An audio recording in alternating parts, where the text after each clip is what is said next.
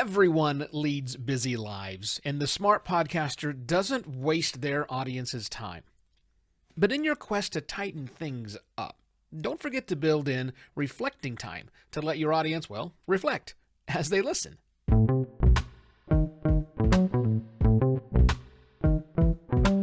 Hello and welcome to another Podcast Pontifications with me, Evo Terra. A few episodes ago, I talked about 5 ways to serve the changing needs of your audience, because the needs of audiences are changing. Their needs are changing with every single new podcast they follow, with every new newsletter they subscribe to, and honestly, with every new source added to their media diet.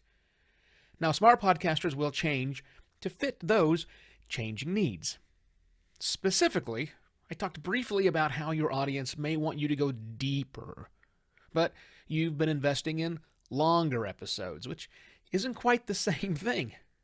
Or maybe you've been investing in more frequent content, either with more episodes of your podcast, or maybe increasing your normal output, like putting out a bonus content perhaps, or even launching an additional show that covers a slightly different angle on the exact same topic.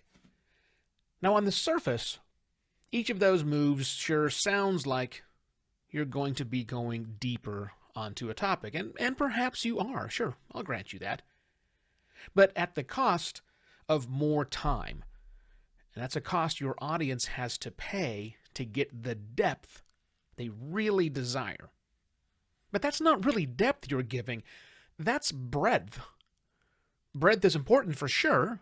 Breadth is required, if you will, on your journey to understand the topic of your show. Developing a near encyclopedic knowledge of your domain will make you a much better podcaster, and a much more valuable podcaster in the eyes, or maybe the ears or the brains, of your audience, because they get to reap the benefits of the breadth of your knowledge without having to acquire that same breadth. What they really want you to do, or what they likely will want you to do, is get to the point faster by distilling your breadth of knowledge down to the depth that they desire. It's not easy for people with vast amounts of knowledge in their brains in one particular area to deliver a concise, tight presentation on any given aspect of their knowledge. And no, I'm not talking from an egotistical point of view right now, I promise. But listen, that's a reality you've probably experienced at least once in your lifetime. Maybe a rambling speech someone gave, a novella-sized email you received, or a podcast episode that just drones on and on without a point to stop. And that's right, podcasters, we're no exception to this.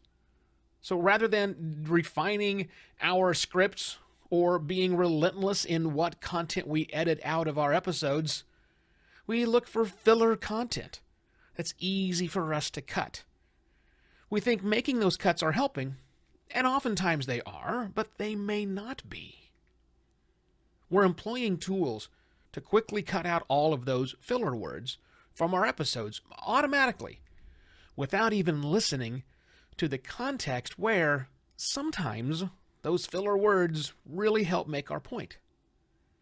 We're replacing our long, rambly questions, Lord knows I do that when I interview people, with much shorter ones in post-editing. That'll save us like 15 seconds for each time we ask a question. But then we're leaving in the guest's long, rambly 5-minute answer in our episode. We relentlessly look to tighten up every single pause to make our episodes snappy.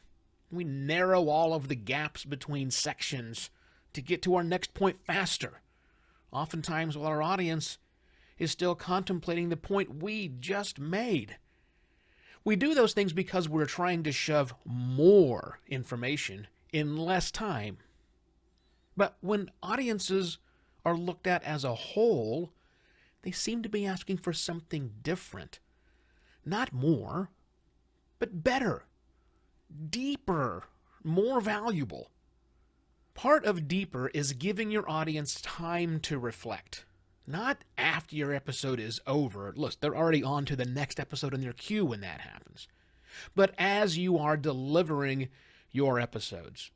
Remember that your audience isn't sitting quietly with eyes closed as they listen intently to what it is you have to say.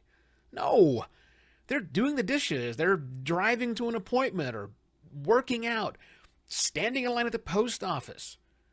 They may not realize the big buildup you're working towards as you come to the point you're about to make.